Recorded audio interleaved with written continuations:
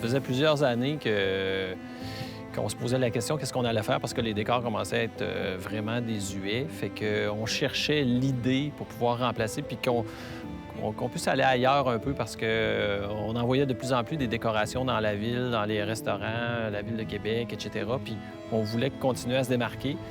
Et en faisant une activité au Musée des Plaines, on avait eu l'idée de mettre dans un parcours nocturne des sculptures de Patrick Lavallée que j'avais rencontré auparavant, qui était un gosseux, un sculpteur d'art populaire.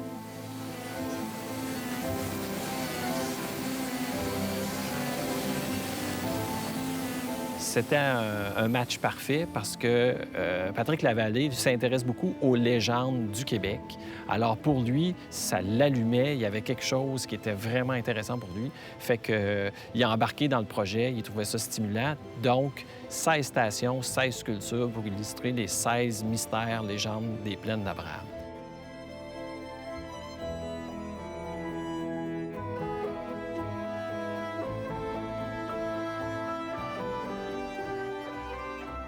Ça, c'est deux squelettes qui ont été retrouvés sur les plaines d'Abraham en voulant faire une toilette publique.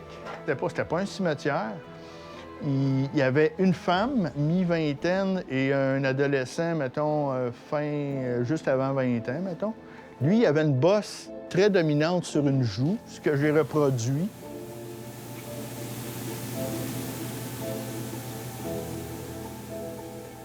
Puis là, des fois, là, ça me prend, mettons, un nez, là. Là, je tasse mes affaires, je suis de même, je cherche un nez. Là, d'un coup, c'est lui. Tu sais, je le fouille, je le trouve, c'est lui.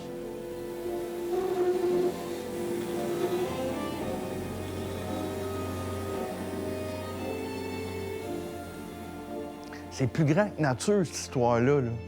Moi, je fais ça, tu sais, pour me faire du bien, mais l'envol... ce que la pièce va devenir, la symbolique qu'elle va avoir, c'est bien plus grand que nature que mon morceau de bois avec lequel je pars. Non, écoute, je planterais un poteau, là, c'est pas... Mais ici, j'ai mis une chaudière, puis je voulais faire un clin d'œil à nos chemises carottées. La couronne de la reine, vu que c'est le Canada, la forme, là, c'est très... Il est arrivé avec des choses très ludiques ou avec beaucoup d'imaginaire. Ça nous donne une couleur vraiment différente pour chacune des légendes, puis ça nous permet de les apprécier d'une toute autre façon. Toute la population va être capable de s'approprier ces œuvres-là parce qu'ils sont très, très accessibles.